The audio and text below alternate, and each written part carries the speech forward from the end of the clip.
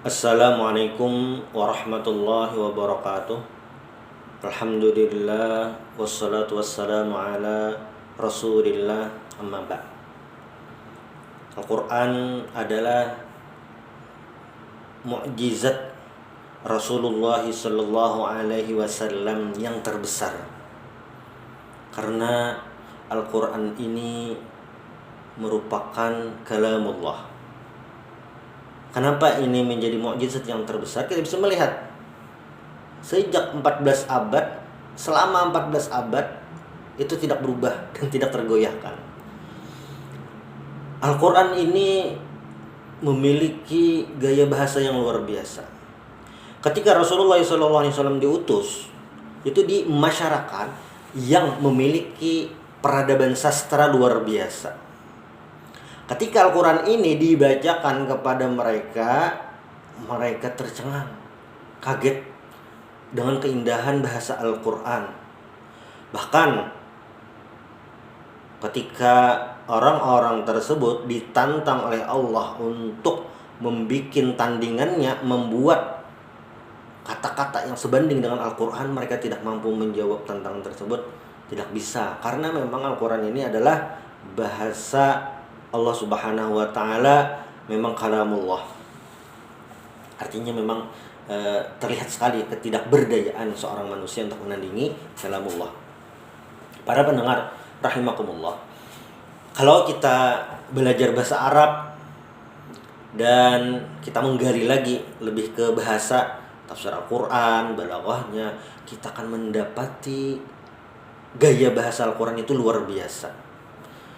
Salah satunya, misalnya kita lihat ketika Al-Quran menyebutkan mengenai pencuri di surah Al-Maidah ayat 38, itu di awal wassariqu wassariqatu. Pencuri laki-laki, pencuri perempuan. Diawali dengan pencuri laki-laki, pencuri perempuan. Kenapa seperti itu? Karena kebanyakan pekerjaan mencuri ini didominasi oleh laki-laki. Penyebutannya maka disebutkan pertama adalah as-sariq, pencuri laki-laki, kebanyakan laki-laki. Hal ini berbeda kalau kita lihat di surah An-Nur ayat 2 ketika menyebutkan penzina. Az-zaniyatu waz-zani. Penzina perempuan baru penzina laki-laki. Nah, berbeda dengan pencurian tadi, perzinahan ini didominasi oleh perempuan. Jadi macam-macam tuh perzinahan ini, entah yang suka sama suka atau itu sebuah pekerjaan kayak PSK seperti itu. Cuma yang jelas ketika azani atau disebutkan pertama itu menunjukkan tentang banyaknya pekerjaan ini dilakukan oleh perempuan. Nah, dari sini saja, sudut pandang sini saja, dari sisi ini saja, bagaimana susunan dari Al-Quran itu menggambarkan sesuatu yang luar biasa. Maka karena Al-Quran ini adalah kalamullah, rahasia luar biasa, maka jangan sampai kita sia-siakan kesempatan tersebut.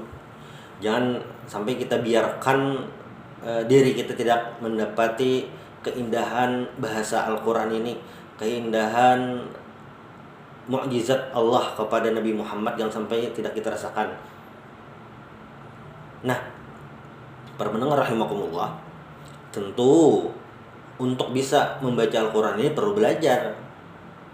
Siapapun dia, dimanapun berada, maka belajar Al-Quran ini sangat penting agar kita bisa merasakan keindahan Al-Quran ini.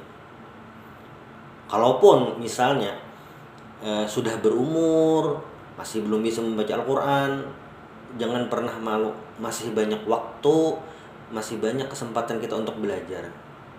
Rasulullah ketika menerima wahyu pertama kali itu umur beliau 40 tahun. Jadi kalau ada pertanyaan, sejak kapan Rasulullah SAW itu menghafal Al-Quran? Jawabannya, ya 40 tahun. Sekarang kan rumah Al-Quran menjemur di mana-mana tuh. Kadang ada yang berkata, wah saya tidak bisa menghafal Al-Quran lagi, ini sudah tua. Saya tidak bisa belajar Al-Quran lagi, sudah tua. Jangan salah. Nabi itu mulai menghafal Al-Quran umur 40 tahun. Sahabat pun ketika belajar Al-Quran, maksudnya apa belajar? Ya kan wahyu itu turun dari Nabi umur 40 tahun dan sahabat itu masing-masing kan umurnya. Nah berarti sejak umur tersebutlah mereka mempelajari Al-Quran, menerima wahyu seperti itu. Jadi istilahnya tidak ada kata terlambat mempelajari Al-Quran. Di sebuah hadis Rasulullah SAW itu bersabda, khairukum man ta'allamal Qur'an wa 'allamah.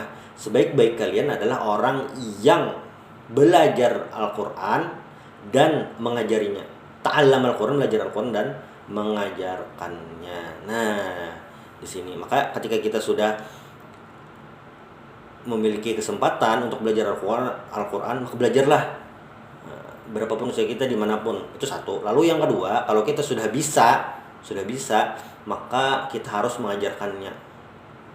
Minimal apa? Minimal untuk keluarga kita berusaha untuk mengajarkannya. Nah ini jelas kalau tidak bisa Al-Quran ya tidak bisa mengajarkannya. Tapi itulah yang bisa kita lakukan untuk menikmati indahnya mukjizat yang Allah berikan kepada Nabi Muhammad SAW, yaitu Al-Quran.